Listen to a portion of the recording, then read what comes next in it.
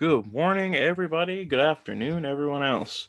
You're back here with Dugout Talk. As always, it's Cameron Lingle and Stephen Gossman. yes, sir. All right, we'll get kicked off with a little day in history. I'll get us going because this is an oldie. Back in 1876, I'm not even going to guess how long ago that was. Probably close to, I don't know, 100 some ish. Uh, the NL, the National League, was formed. They had they had franchises based in Boston, Chicago, Cincinnati, Hartford, Louisville, New York, Philadelphia, and St. Louis. And what's interesting is the Hartford location ended up playing their second season in Brooklyn, and immediately after that season, they disbanded as a franchise altogether. So today in 1876, the National League was formed. Wow. Um, who was the Hart? What was the Hartford team's name? I would have to look that back up. I think it was something. I was just the Dark Blues. They were called. Huh. Yep, the Hartford Dark Blues. Well, mine happened in 2005. So 16 years ago today, Sammy Sosa was traded to the Baltimore Orioles, and in return, the Cubs received second baseman Jerry Hairston Jr. and two minor leaguers, and then the Cubs went on to sign Jeremy Burnitz to replace Sosa in right field. Sosa had been a Cub for a very long time, and most of us know the story of how that ended. Um, and still, Cubs fans aren't. I don't think Cubs fans have really forgiven Sosa for what he did. But that's my little day in history today. Awesome. Yeah, some Sammy Sosa stuff. I mean, say what you will about how you feel about the PED guys being in the Hall of Fame, but they did help save baseball there in the mid '90s. Um, it's in a very Baseball's in a very weird state, and those guys put butts in seats, to say it plainly. It's true, they did.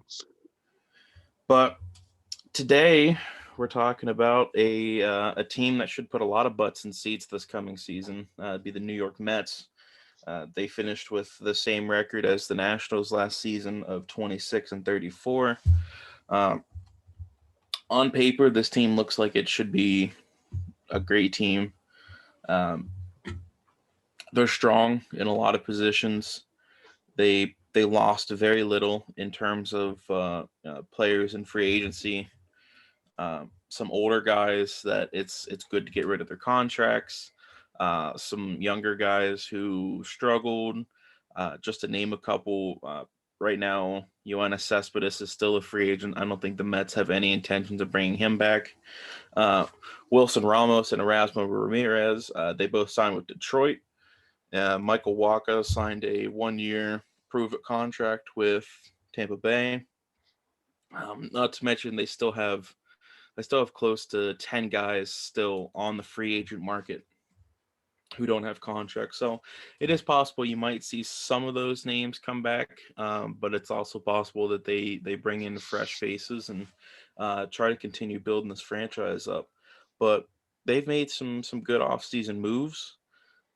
Mainly Francisco Lindor. He was the big get from Cleveland. They sent not an insanely big package to get him either. I would say it's a little underwhelming, but Ahmed Rosario is a guy that could definitely provide a spark. I don't know in the same way that Frankie Lindor can, but maybe it's in the cards for the future. I mean, the Indians did develop Francisco Lindor. Maybe they can help do something with Ahmed Rosario. Not to say that Rosario is a bad player, but he's definitely got big shoes to fill, as far as holding down that shortstop role in Cleveland. A couple other moves that they made. They got Carlos Carrasco in that same trade deal from Cleveland, so he's going to be slated in as one of their starting pitchers. Carrasco came off a cancer fight, which he won, thankfully, and he actually wasn't too bad in his appearances that he made last year for Cleveland. He figures to be a pretty big role for this Mets rotation moving forward into 2021. They got Joey Lucchesi from the San Diego Padres. That was part of that big 3-team deal that sent Joe Musgrove to San Diego. He was kind of the tack-on piece for the Mets in order to part with switch-hitting catching prospect Andy Rodriguez to the Pirates. Looking at their bullpen, I really like what they've done with it. They just acquired Aaron Loup via a free agent contract. They were hoping for Brad Hand, although Brad Hand was looking to be a closer. That's what the reports were saying. Washington was able to offer him that, and the Mets weren't because they have Edwin Diaz in that role. But Aaron Loop's not a bad pickup. They've made a couple other good pickups. I like where their bullpen's at. I like where a lot of their positions are at. So what do you think of their offseason this point? Yeah, the Mets, they've been noisy. They are definitely putting the league on notice just with what they've been going out and doing. Um, I mentioned this last week when we talked about the Padres and how they kind of been going all out the last couple of years, and even I mentioned this with the Blue Jays too. Um, I I am excited for the Mets, but at the same time, because on paper this team looks really great. This looks like a team that not only can win the division, but they could be a fierce competitor for the World Series. Mm-hmm. But things could easily go downhill for them at the same time. Yeah. And the thing with the Mets is they only have Francisco Lindor for this year, and then Mm-hmm. he becomes a free agent. And I believe the same can be said for Carlos Carrasco. I believe he's a free agent. Oh no, I'm sorry. He's a free agent after 2022. He's got an option for Okay. 2023. Um, but as much as I like what the Mets are doing, it's it's hard to ignore kind of what past history has told us, how when teams go all out like this, if it blows up in their face, it can blow up pretty badly. Mm-hmm. And if the Mets don't do something this year, the 1 year they have Francisco Lindor, unless if they're able to extend him to a bigger contract, the trade's going to look bad. Now, with that said, I don't think the Mets are going to be like what the Padres were in 2015 or even what the Mariners were in 2015. I think this is a much better team in general because even though they went out and made some upgrades at positions they needed upgrades at, they still have the majority of their core from last season, the year before. And they still have a really strong pitching staff that even though Noah Syndergaard won't be available on opening day, he'll be available towards the beginning of June. And when they get Syndergaard back, if things are going well for them, they could go even better for them. Yeah. As time goes on. So I like what the Mets have done. I think they're going to be a fierce competition in the National League, especially in the National League East. But yeah, I think this is a team to definitely be excited for. And when it's safe for fans to be in the stands again, Citi Field should be packed as full as it can be. Yeah, absolutely. They look terrific on paper. I don't. They look a lot better. They haven't made the same moves and the same mistakes, so to speak, as what that 2015 Padres team did, where they just went out and got all these pieces and just kind of duct taped them together and said, let's throw this at the wall and see if it sticks. A lot of these guys are homegrown. A lot of these guys have been here for a couple years now, and a lot of these guys are used to New York, used to the New York media, and I think a lot of these guys are ready to win. I think that's the most important thing, is that they got a lot of guys who, I mean, they have some guys on this team still who were on their 2015 World Series team namely Jacob DeGrom as their ace. Um, I know there are a few other guys, but I'm not going to try to look over the roster and tell. But yeah, we'll jump into their lineup here. I put mine together fairly traditional. I've got Jeff McNeil, the great contact hitting second baseman. He's leading off. I've got Brandon Nimmo in center field. Hitting third, I have Francisco Lindor at shortstop. Hitting fourth, I have Michael Conforto in right field. I have Pete Alonso playing first base, hitting fifth. I've got Dominic Smith in left field, hitting seventh. Hitting sixth, apologies. JD Davis is at third base, hitting seventh. James McCann is at catcher, hitting eighth. I know some NL teams like to put their pitcher in the eight hole, so it's possible that McCann may hit ninth. And it's possible McCann may hit seventh, but I think he'll be the last hitter for that lineup.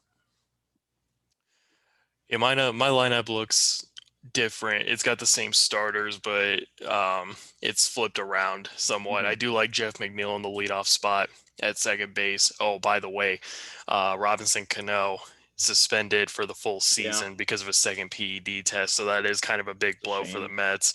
And it might be the nail in the coffin on Cano's career, as Yeah, he is a little bit on the older side, but they have a good second base option in Jeff McNeil. He can also play outfield, and they've got a pretty good flux of infielders too. They can put in. They one thing on the Mets before I actually go into my lineup breakdown. They have made some sneaky bench acquisitions of guys who could be starters. yeah, Um, Most namely Jose Peraza and Brandon yeah, Drury. Those are yep. two guys who Peraza was with the Red Sox last year and got a good amount of starting time.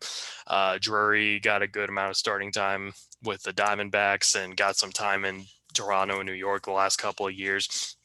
And then they have Luis Guillorme, who can also fill that role at second too if they feel more Mm-hmm. comfortable putting McNeil in the outfield. But as of right now, I got Jeff McNeil as the opening day second baseman leading off. I have Francisco Lindor batting second and Okay. playing short.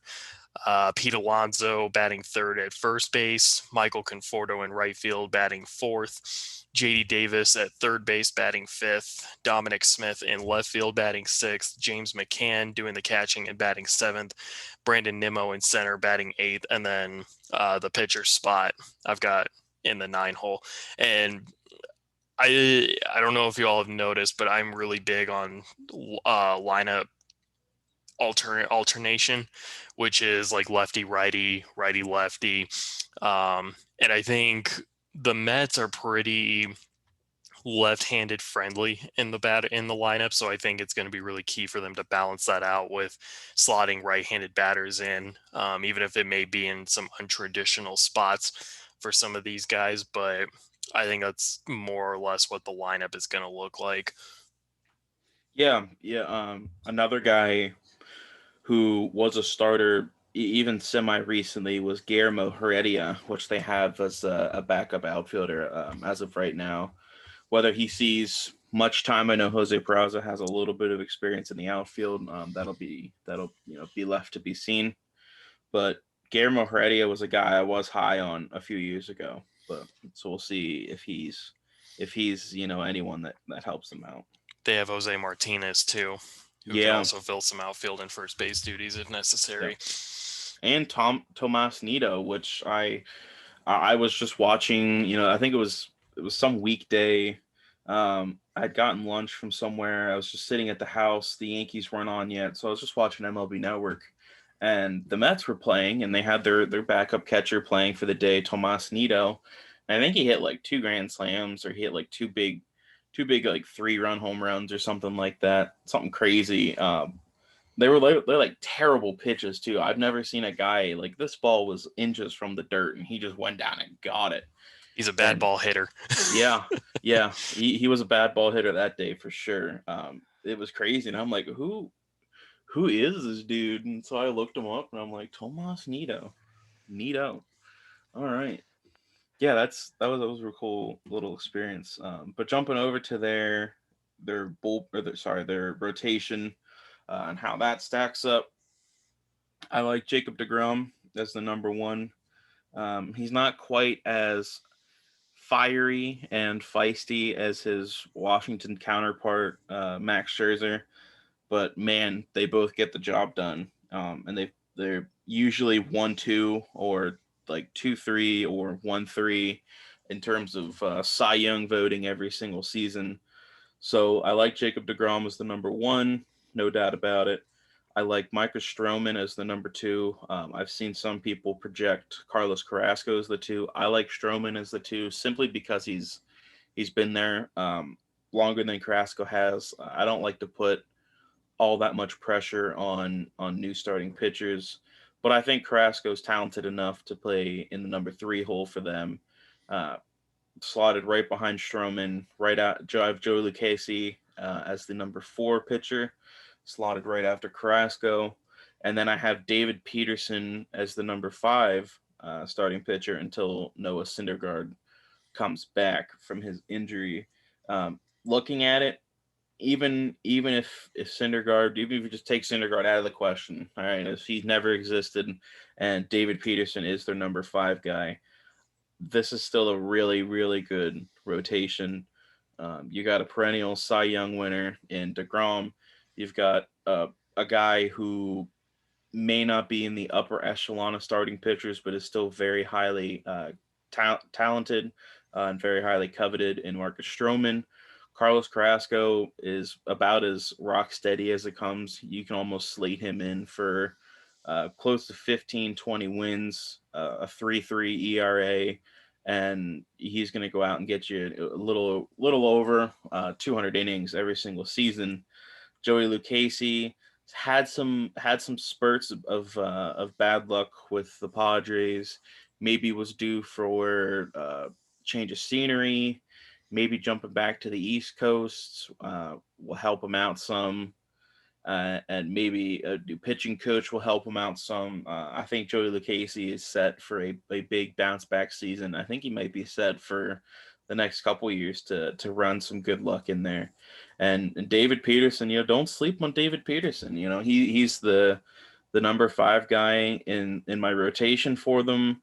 And he figures to just be a temporary starter until Syndergaard is healthy, but he's still not bad. I wouldn't call him bad. But I mean, you toss Noah Syndergaard in there in that rotation, and suddenly it's one of the 3 or 5 best in baseball.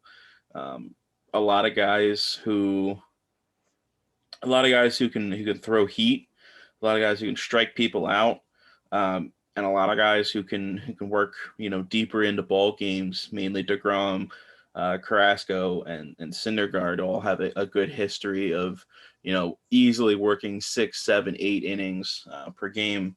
So that's kind of how I have my rotation set up. Let's go ahead and hear yours. Yeah, so I had no clue who David Peterson was, to be Mm-hmm. completely honest with you. Before last night, I was looking on Fangraphs and saw that he was slated in as like an everyday starter. I was thinking, what the heck is this guy? And I looked at his 2020 numbers, and you're right, they actually were really good for being his rookie year. 3.44 ERA in just a little under 50 innings. He's more of a contact type of pitcher, so he's not going to Mm-hmm. strike a lot of guys out, but he's not going to walk a lot of guys either. Um, his ground ball percentage rate last year was 44.4%. So I think that Peterson definitely has a good chance, especially with Syndergaard out now, to Yeah. be in that rotation. My rotation looks very similar to yours too. I got DeGrom as the number one.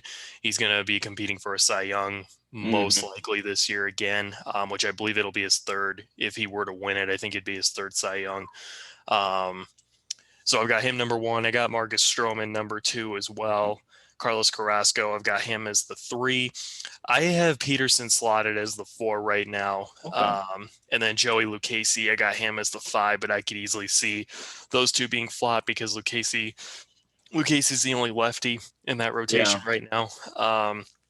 And I think you're right about Lucchesi too. I think this could be a resurgence here for him, where just having a little change of scenery and getting consistent time to be a starter and maybe not so much be in the bullpen or be in and out of the bullpen in the rotation. I think giving him a set spot on your roster, I think is going to help him out a lot. And I think even when Noah Syndergaard comes back, I can easily see the team doing a 6-man rotation just so Syndergaard Sure. Yeah. doesn't have to like bolster up a bunch of innings all at once. They can just let him kind of cruise into mid-season form. Because I imagine he'll get about 2 weeks of rehab when he's able to return, and then he'll make the team when the time is right. But yeah, I think that's kind of what the rotation is going to look like. And I think some other guys who could play a part, they recently just got Jordan Yamamoto from the Marlins. Yeah.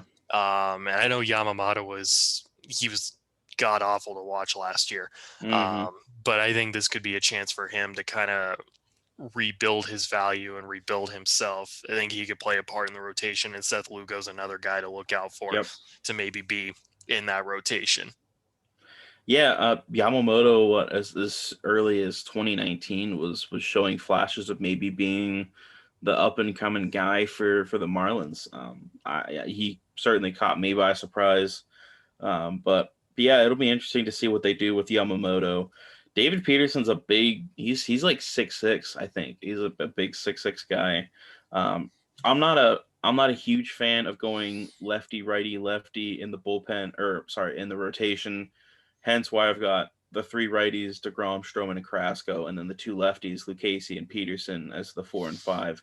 I think that if Lucchesi or Peterson were closer to Carrasco or Stroman in terms of talent, I think they would be okay slotting one of those guys in front of them. But I don't know. I'm kind of between the two of us. I'm the more traditional point of view. Um, I'll rely on analytics for some things, but I don't know. I'm not nearly as traditional as what our buddy Sam is, Sam Lepresti. He doesn't. He thinks that pitchers should be hitting, playing the field, to all that extent. But we won't go there. Well, he's not wrong. They're baseball players. They Yeah, but they should do that to some degree. But again, it's not. my Pitcher's job is to pitch. Hitter's job yeah. is to hit. It's Yeah, my just my how it is. always anytime he brings that up, I always bring up, like, shouldn't hitters technically be able to pitch too? Like, why should pitchers have to learn to hit, but hitters shouldn't have to learn to pitch? I don't know. We go into it. It gets exhausting. We'll talk about that on another episode. Yeah, that would be when we're done with this series. We'll talk about some of that.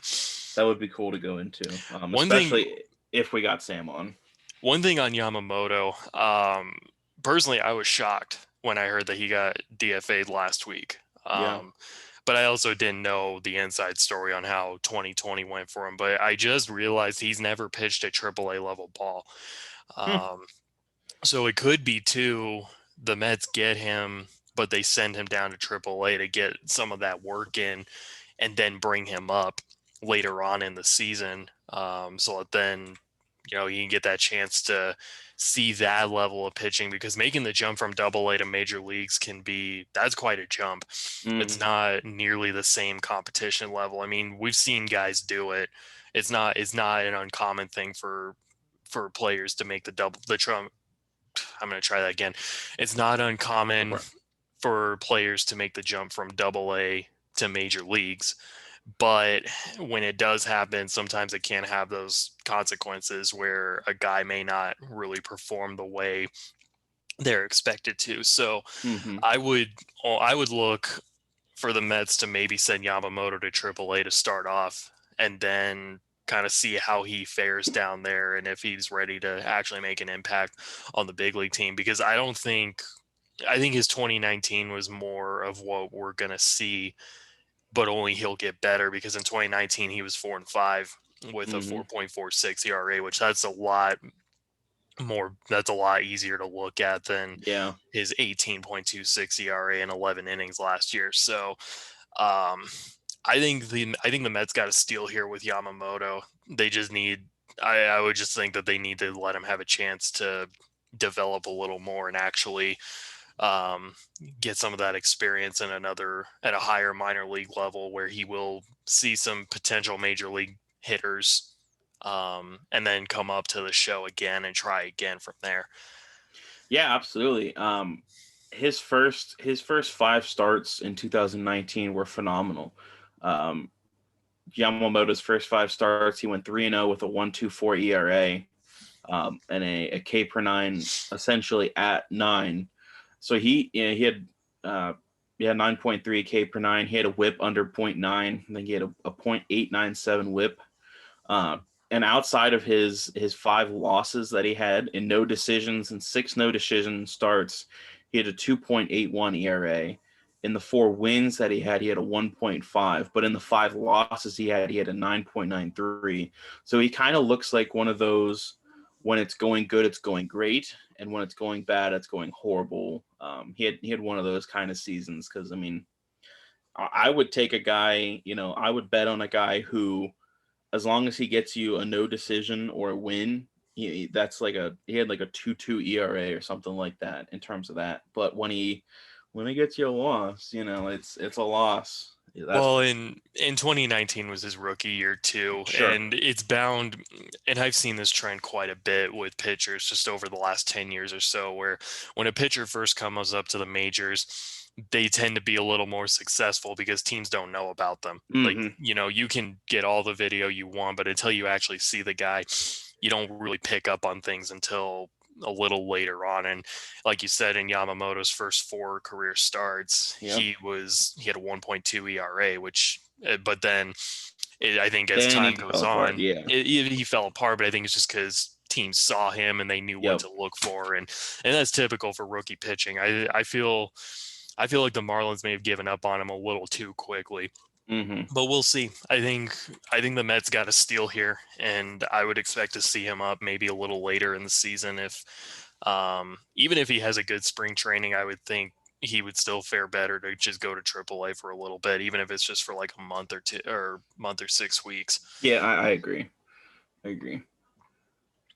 So we'll go ahead and jump over to their bullpen and how that stacks up.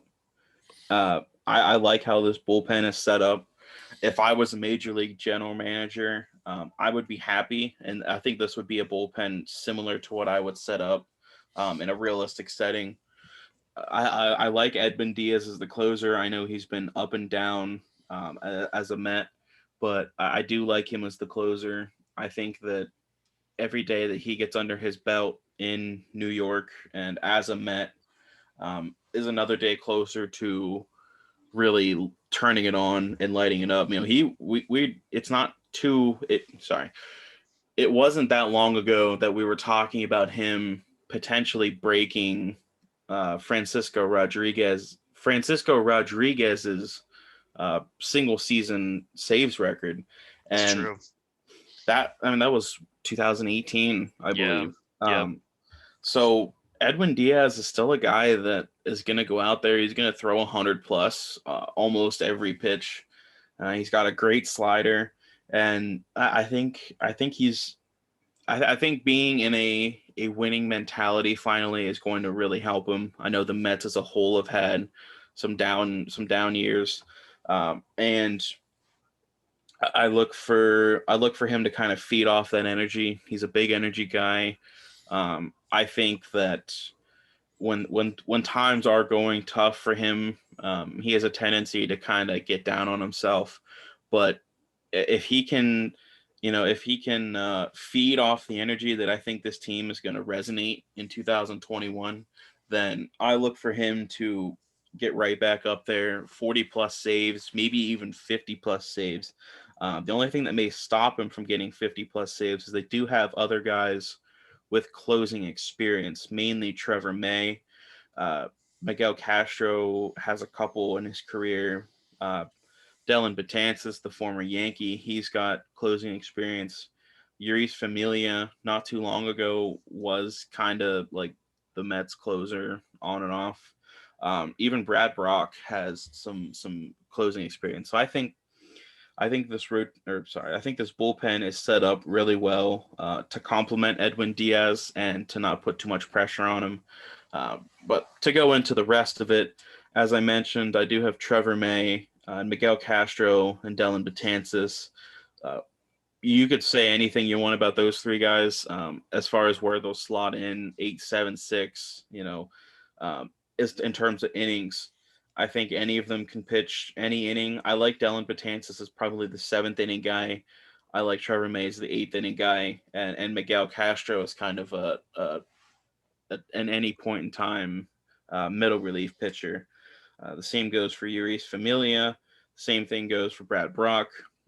Aaron Loop, I like him as a good lefty specialist. I know pitchers have to face three guys, but if you get to a part in the order where you got 2 lefties and a righty, or especially if you got 3 lefties, I think Aaron Loop is a no-brainer move to put in that situation.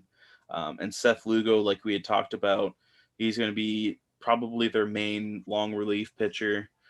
I know not all these guys will make the opening day roster. I haven't checked to see if how I constructed my roster equals 26 or not, but I'm sure at least one of these guys probably won't make the roster.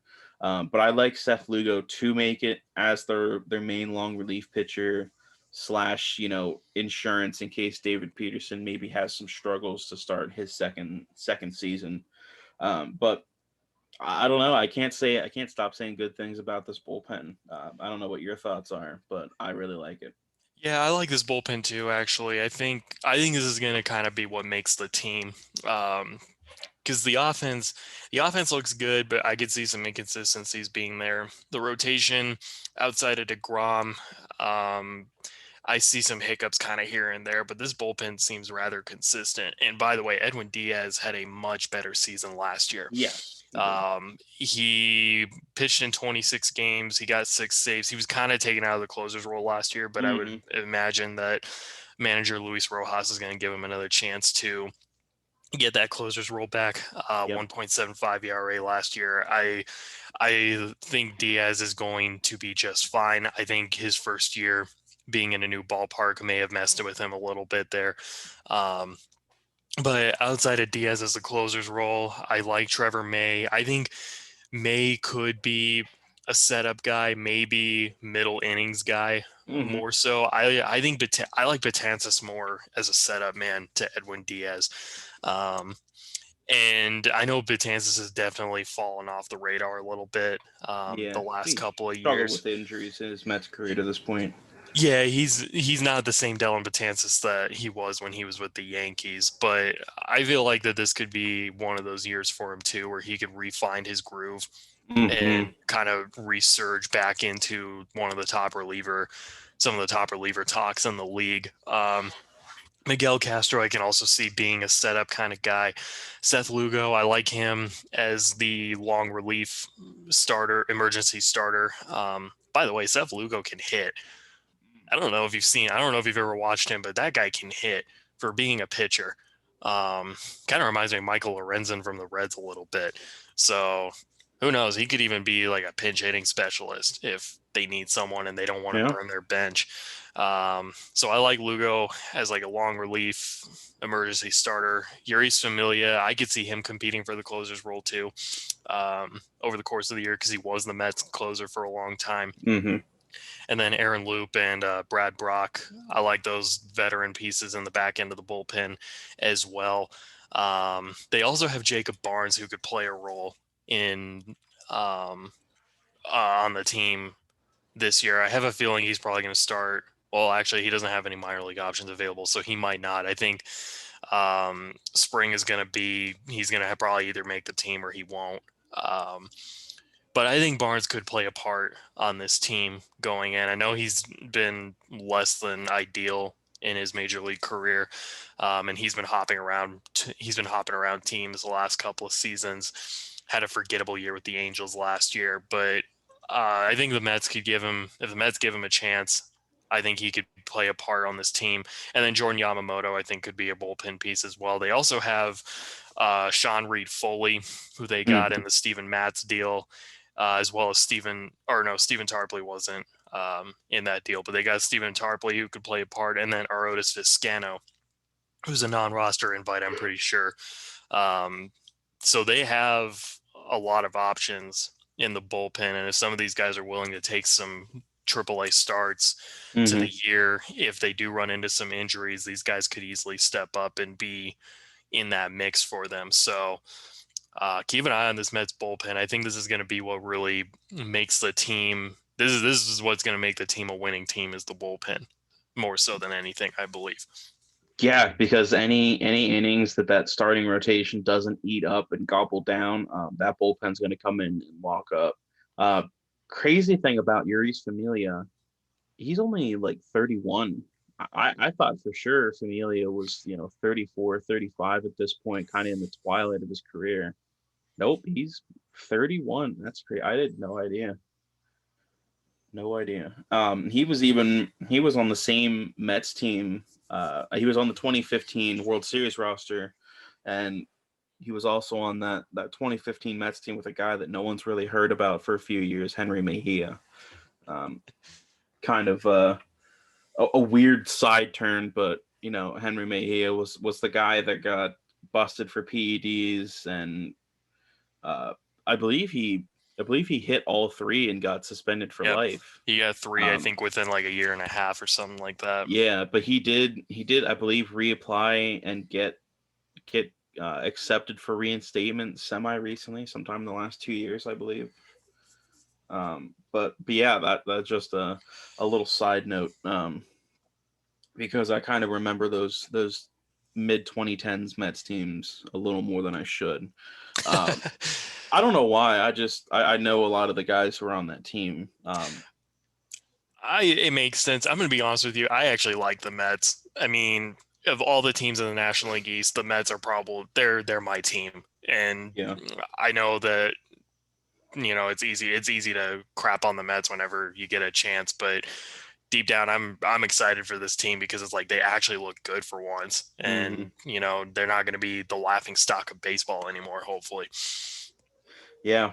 Yeah. Well, time will tell that. But it certainly looks it on paper. It looks like they're prepared to not only turn a corner, but like drift it at like 70 miles an hour around Yeah, that corner and just take absolutely. off. Jumping over to a couple prospects that I like. Matthew Allen and JT Ginn are very very young starting pitchers. Matthew Allen, I believe, has like 18 career minor league innings to his name, and JT Ginn, he might be Ginn, might be Ginn. I'm not sure. It's Ginn. I think it's I Ginn, like Yes, I like didn't. a like Ted Ginn Jr. Yeah, yeah, that's kind of what I was leaning towards, but I wasn't totally sure. But JT Ginn, uh, he still has yet to make his minor league debut. He recently pitched in the NCAA, but I like Matthew Allen and I like JT Ginn. They're two guys who probably aren't going to see any sort of major league time for the next probably at least 3 years. Um, but Matthew Allen's got a plus fastball. He's got a plus curveball. According to like Baseball America, his curveball is rated at a 65 out of 80. And I really like that. I believe his fastball was a 60 out of 80. So two very good plus pitches. And realistically, there are guys out there who are two pitch pitchers and make a very successful career out of that. If he can develop a third pitch, whether it be a slider, whether it be a cutter, anything you want under the sun, I think he could be a very effective guy. Not not crazy tall. He's 6'3". It's crazy to think that we look at 6'3" is not that tall anymore. Once upon a time, 6'3" was probably one of the taller guys in the league, but Matthew Allen, very little experience, a plus fastball and a plus curveball. It's only 19. I like him moving forward. Whether it be, like I said, I think Double A is probably the next big jump for him to make. Um, will be left to see when he kind of makes that jump. It'll be interesting to see because I believe as of right now the most experience he's ever had was high A. I believe he got some light experience at high A or low Hmm. A. I wasn't able to tell, but um, Matthew Allen's a guy I'm looking at. JT Ginn, recently pitched for Mississippi State. He was drafted by the Dodgers in the first round back in 2018. He did not sign, and then he was drafted by the Mets in the second round of this year's draft. And out of Mississippi State, he did sign. I like him. He was really good in college in 2019. 8-4 with a 3.13 ERA. He had a 10.9 K per nine. A point. He gave up one home run in 86 innings. In his college career, he's given up one home run in 89 career innings. Wow. So looking at that, that's very impressive. Looks like a big ground ball pitcher. He still has yet to, like I said, to play, being that there was no 2020 minor league season. But when I saw some of his college numbers, it really stood out to me that he's a guy definitely to keep an eye on, definitely follow along. He's 6'2", a 6'2" righty. Just to clarify, but yeah, JT Ginn and Matthew Allen, a couple guys that I'd like to look at moving forward. Yeah, I think kind of looking at the Mets top 30 prospects, they do have guys who are kind of knocking on the door, getting ready to potentially be on the team this year or in the next couple of years. One guy I have my eye on is Thomas Saposki. He's their number 8 prospect right now, and he didn't pitch last year. He pitched across 3 levels of minor leagues in 2019. He did not pitch in 2018. I think it was because he may have had Tommy John surgery. Looking at his 2017 stats, because he only pitched in 6 games, but he has been as consistent as they come. He's got a 2.42 ERA in the minors right now. He's a starter. He's a lefty. He could play a part for the Mets out of the bullpen. I would think I wouldn't expect to see him on the opening day roster unless if he just blows everyone away in the spring. But considering some of the veteran pieces that the Mets have, if Saposki really shines, wherever they put him, whether it's AA or AAA to start the year, he's a guy I could see making an impact on the team going into 2021. They had a couple of guys who had some brief stints on the team last year. Franklin Colombe is a guy I think of that could also play a part on this team out of the bullpen. He didn't do great in 11 innings last year on the Mets, but he's someone to also keep an eye out on. He's the team's number 10 prospect right now. They also have Sam McWilliams. He's their number 22 prospect. He has yet to pitch at the major league level, but he is in AAA. He's 25 years old. I would expect to maybe see him get a look. He didn't do all too well at AAA in 2019, and I believe he was with the Tampa Bay Rays at one point, because I'm seeing his minor league stats, and Durham was where he pitched. And I'm pretty sure that's Tampa Bay's AAA farm. But McWilliams is with the team now. He's their number 22 prospect. I'd expect to see him get a look. And then there's also the number 23 prospect, Patrick Mazaka.